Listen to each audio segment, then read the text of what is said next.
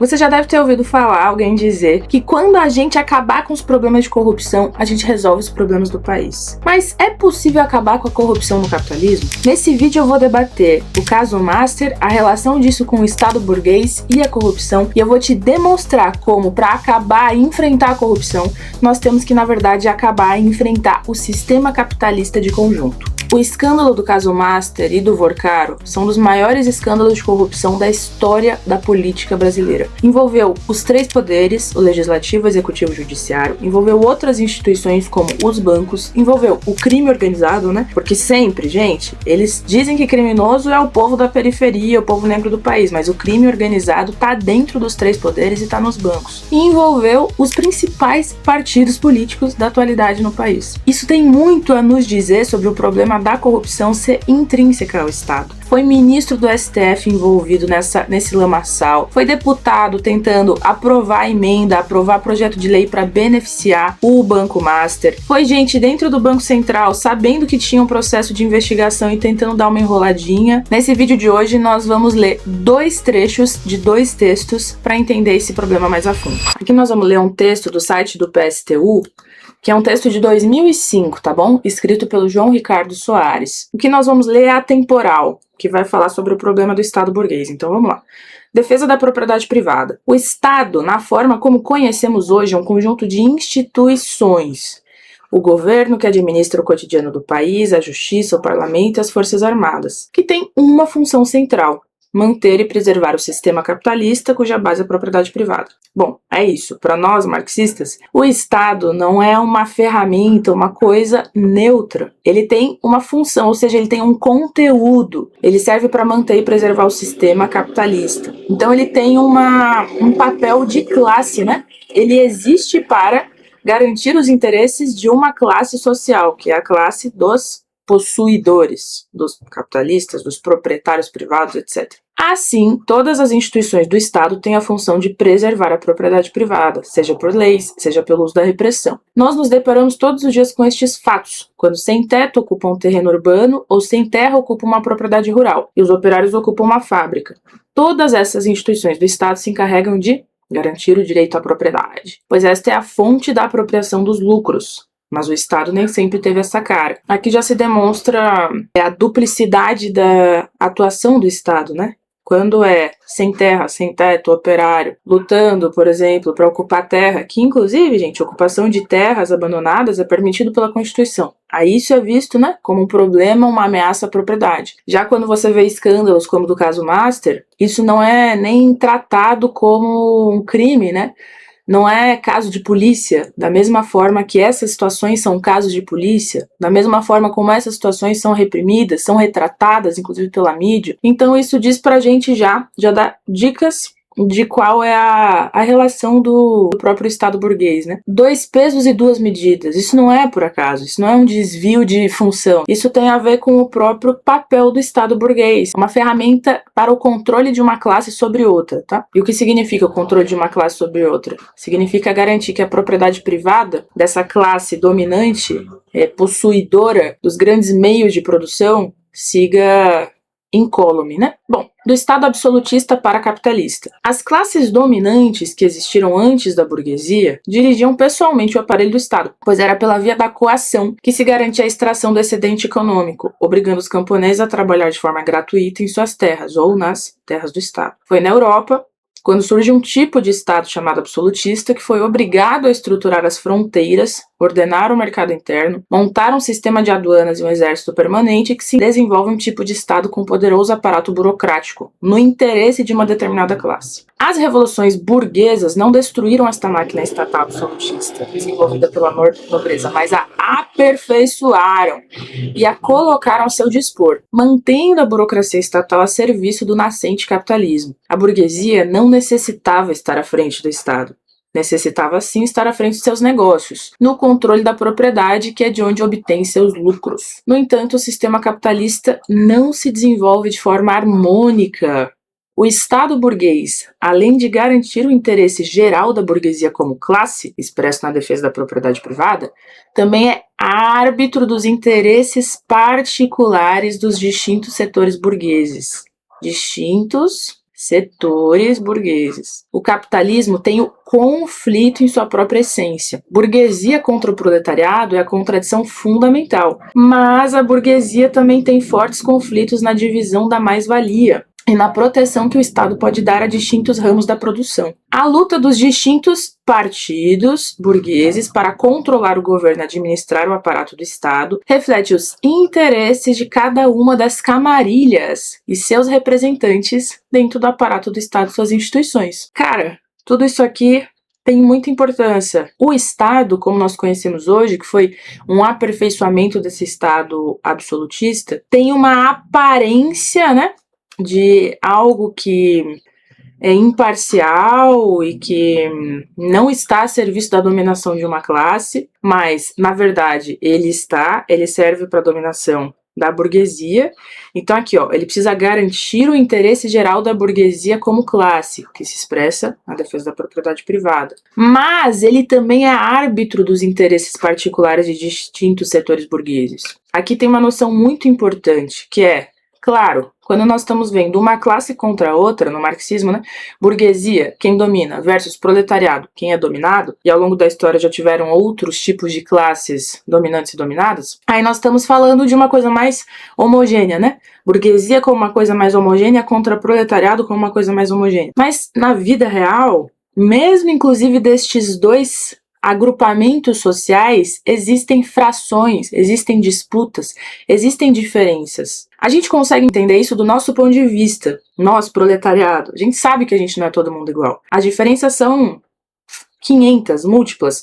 Não é, inclusive, só uma diferença de renda, tá? É uma diferença do papel que cumpre na produção, é uma diferença de gênero, é uma diferença no tipo de contrato formal de trabalho que você tem com o Estado e com as empresas, com o mercado, etc, etc. Mas, inclusive, do lado da burguesia, também não é homogêneo. Também existem distintos setores burgueses que não necessariamente coincidem nos seus interesses particulares. Por isso que o Estado, ele cumpre um papel de ser o árbitro. Isso nos mostra que o capitalismo tem como conflito na sua essência, né? Porque se ele serve à dominação de uma classe, mas inclusive essa classe internamente está em disputa permanente, o conflito é de uma classe antagônica contra a outra, burguesia e proletariado, mas o conflito interno, inclusive, entre as classes, né? Então, qual é esse conflito entre os setores burgueses? Em relação à divisão da mais-valia e na proteção que o Estado pode dar a distintos ramos da produção. Para dar um exemplo simplista, nós temos a burguesia ligada ao ramo da produção do agronegócio, nós temos a burguesia ligada à produção de carros, nós temos a burguesia ligada ao desenvolvimento de peças, nós temos a burguesia das telecomunicações, e estes setores burgueses estão o tempo inteiro guerreando entre si para que um consiga mais-valia do que outro, e para que um seja mais beneficiado pelo Estado, que beneficia a todos eles, tá? Mas que o Estado beneficie mais um setor do que em relação ao outro. E essa briga entre os setores de classe, as frações de classe, ela se dá entre os distintos partidos. É por isso que existem distintos partidos, porque os partidos expressam a luta dos setores sociais, inclusive dentro da burguesia, né? Aqui tá falando de distintos partidos burgueses, mas também do ponto de vista do proletariado. Por isso que existem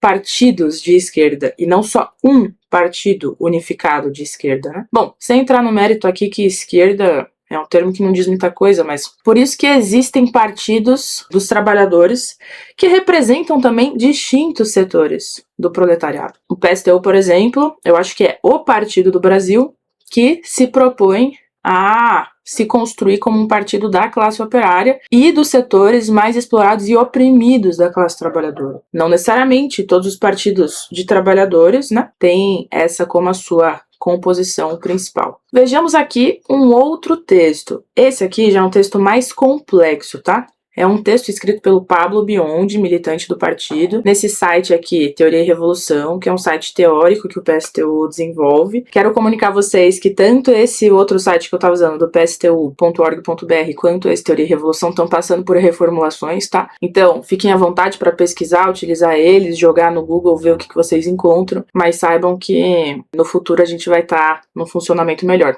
E o Pablo Biondi, ele é professor de Direito da USP, um dos marxistas que estuda aí o problema do Estado, da corrupção, inclusive escreveu um livro sobre a Lava Jato, muito interessante. E eu vou pegar só um trecho aqui pra gente entender o que eu tava dizendo, mas agora em termos mais, digamos, diretamente complexos, talvez, tá bem? O combate à corrupção promovido pelo Estado, entretanto, não é efetivamente uma tentativa de se efetivar uma imparcialidade real, material, mas apenas uma reação por parte dos quadros do aparato contra as iniciativas e práticas que sequestram as instituições estatais e seus recursos em proveito de um grupo muito restrito de capitalistas, geralmente menor do que uma fração burguesa. Fração burguesa, esse setor burguês, né? A fração burguesa do agronegócio, sei lá. E, gente, é muito simplificado isso que eu tô dizendo, tá? Mas, inclusive, dentro do agronegócio tem 500 coisas distintas, mas o que ele tá querendo dizer aqui é, em geral, em proveito de um grupo restrito que é um grupo menor do que essa fração que representa um setor da produção, tá? Esse sequestro é combatido pelo Estado não para extirpar as formas de influência dos capitalistas sobre os processos políticos, o que seria impossível, aliás, e sim para tolher os excessos, permitindo que a burguesia de conjunto possa usufruir, ainda que desigualmente, dos benefícios oferecidos pelo aparelho estatal. Se o Estado admitisse que um pequeno grupo de burgueses se apropriasse dos seus órgãos do seu patrimônio, ele não teria condições de defender os interesses da burguesia de conjunto, nem de garantir a reprodução geral do capital num dado país. Pois para cumprir com esse papel, ele deve ser autônomo o suficiente, mesmo permeado concretamente por interesses particulares, tomar certas atitudes em favor do interesse maior do capital, tais como refrear as ações inconsequentes de indivíduos e agrupamentos burgueses determinados, adotar medidas benéficas à acumulação capitalista que possam afetar negativamente, num primeiro momento, determinados segmentos empresariais, mediar conflitos interburgueses de maneira controlada e segura, evitando que uma burguesia dividida leve o seu país ao caos completo e um longo, etc. Não se pode esquecer que a compleição social do capitalismo, precisamente por ser mercantil, é também competitiva. A concorrência é uma lei inextirpável das formações sociais capitalistas. Tal característica realça a presença do antagonismo e das disputas entre frações da classe burguesa, e mesmo entre seus membros. Incumbe ao Estado e a nenhuma outra instância social a tarefa de organizar esses conflitos, de ser uma arena em que todos os burgueses possam se sentir à vontade para travar o seu bom combate, mesmo que sejam derrotados, muito embora os burgueses não se enquadrem na melhor definição de bons perdedores. Seja como for, a imparcialidade formal do Estado deve estar respaldada por um mínimo de lastro real no tocante à diversidade interna da classe capitalista. Se o Estado, na prática, é objeto de posse de determinado setor burguês, ele perde a sua função de arena segura. E o antagonismo existente tende a se desenrolar por vias mais perigosas, mais imprevisíveis e instáveis. Última frase aqui, ó. Colocando-se dessa maneira, percebe-se que a corrupção, na perspectiva dos capitalistas envolvidos, é uma espécie de trapaça no jogo competitivo, pois ela consiste no uso privado de um aparelho que deveria tutelar a concorrência. Veja, gente, aqui ele está explicando de maneira mais complexa aquilo que a gente já debatia, né? O Estado pode eventualmente combater a corrupção. Por quê? No interesse geral dos capitalistas, da burguesia enquanto classe, que é homogênea do ponto de vista de que é antagônica ao proletariado, para garantir a vigência dessa classe sobre essa outra. Aí eles até podem enfrentar a corrupção contra o sequestro de instituições estatais. Por exemplo, agora, nós estamos vendo no caso Master, gente. A gente teve o caso de alguns governadores, né, envolvidos, porque colocaram seus bancos do Estado, que tinham o dinheiro da aposentadoria dos servidores estaduais, para comprar lá parte do Banco Master e tentar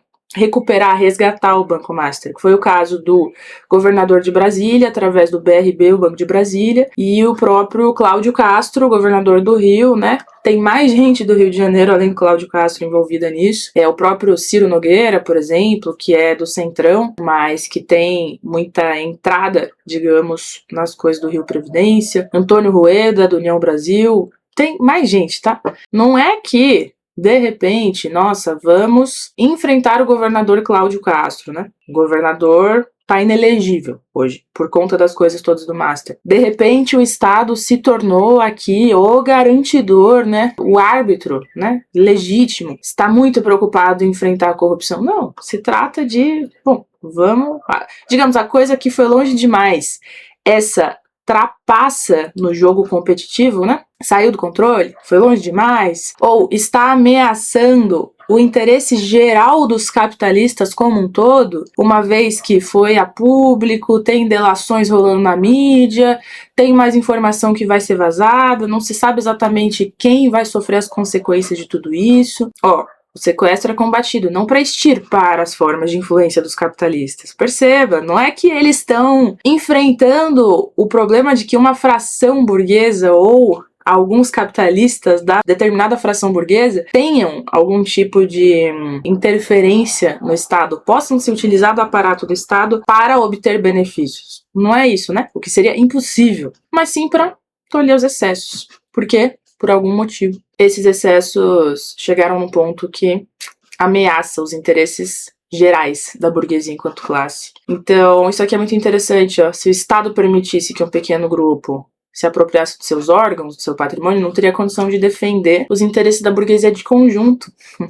Os setores burgueses estão o tempo inteiro guerreando entre si, mas você não pode permitir que um desses setores vença, digamos, e é isso, se utilize do aparato estatal em benefício próprio de tal maneira que aí o Estado deixe de ser esta grande ferramenta de dominação de todos eles, né? E, inclusive, o Estado também deixe de ser o reprodutor geral do capital num determinado país. Então, o Estado é autônomo o suficiente, digamos, né?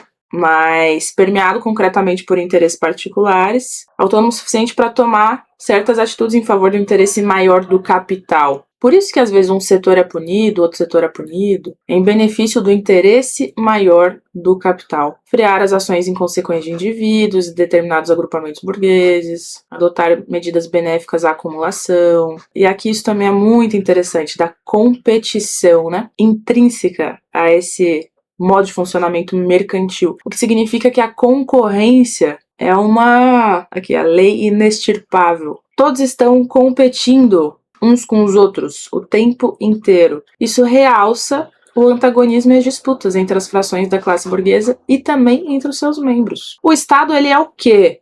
Então, é uma arena que organiza os conflitos. Não é uma arena que barra os conflitos, não é uma arena que vai podar os conflitos, não é uma arena para que exista justiça em todos os termos que justiça possa significar. Não é uma arena que vai fazer justiça nem em relação à burguesia e o proletariado, nem em relação às brigas entre as frações de classe, exatamente, né? O Estado é uma arena para organizar essa briga. O que isso nos demonstra sobre o caso Master? Dificilmente essa foi a última vez que nós vimos algo como o escândalo do caso Master acontecendo. E não é à toa que, de tempos em tempos, governos, o alto escalão de governos, órgãos internacionais como FMI, ONU, etc., Banco Mundial. Não é à toa que de tempos em tempos surgem denúncias de escândalo. Elas só vieram a público, né, para a maioria da população. Mas esse tipo de disputa, a corrupção como uma resultante do uso indevido do aparato do Estado para que um setor se sobrevaleça em relação ao outro, ela sempre acontece. A gente pode saber ou não, né? Mas ela sempre acontece. O problema do caso Master é que veio à tona. A casa caiu e vai seguir caindo. Mas quantas casas aí estão sendo construídas e nós não conhecemos, né? E aí, claro, nesse caso, a história do Master demonstrou as relações inapropriadas com o Estado burguês de alguns setores específicos da burguesia, em especial aqueles relacionados à direita, né? Aos bolsonaristas e tal. Não é por acaso que o Flávio Bolsonaro pede dinheiro diretamente, né, pro Vorcari, o Vorcari atende. Não é por acaso que os governadores de direita, como o Ibanez de Brasília, Cláudio Castro do Rio, estão envolvidos nisso. Não é por acaso setores aí do Centrão envolvidos nisso também. Mas não é uma especificidade dos setores da direita. A corrupção, ela é de todo o Estado, de todo o aparato. Qualquer partido que se preste a entrar nesse aparato para fazer o jogo dele, quanto mais vai se embrenhando e entrando a fundo nesse aparato, mais vai se afundando na lama. É por isso que nós também temos, ao longo da história, escândalos de corrupção envolvendo o PT, por exemplo, né? E, gente, não são articulações da CIA e do imperialismo para queimar a cara do PT e fuder a classe trabalhadora. Os escândalos de corrupção ocorreram. Todo um outro debate é quem deve julgar esses escândalos de corrupção, né? E que todas as instituições do Estado burguês não têm moral para dizer quem é corrupto ou não. Veja, agora no caso Master, todas elas envolvidas. Governadores, ministros, deputados, senadores. Mas é fato que, inclusive, o PT teve escândalos de corrupção. Então a conclusão aqui é: a corrupção é inerente ao capitalismo. A corrupção ela é resultado desse conflito, dessa disputa, dessa concorrência permanente entre os distintos setores burgueses. E para você acabar com a corrupção, você precisa o quê? Claro, em primeiro lugar, eu acho que é importante a gente lutar para ter medidas reais de combate hoje. Acho que é importante que se lute, que se pressione todas as instituições e os poderes do Estado a hoje prenderem corruptos e corruptores. Isso é uma luta que nós, classe trabalhadora, podemos e devemos travar, desde já. Mas entendamos, medidas que eventualmente a gente conquiste, prende corrupto, investiga, etc., elas não dão conta de enfrentar a totalidade da corrupção do sistema. A corrupção, ela faz parte do capitalismo. Enquanto houver capitalismo, haverá corrupção. Portanto, para enfrentá-la, nós precisamos enfrentar o sistema.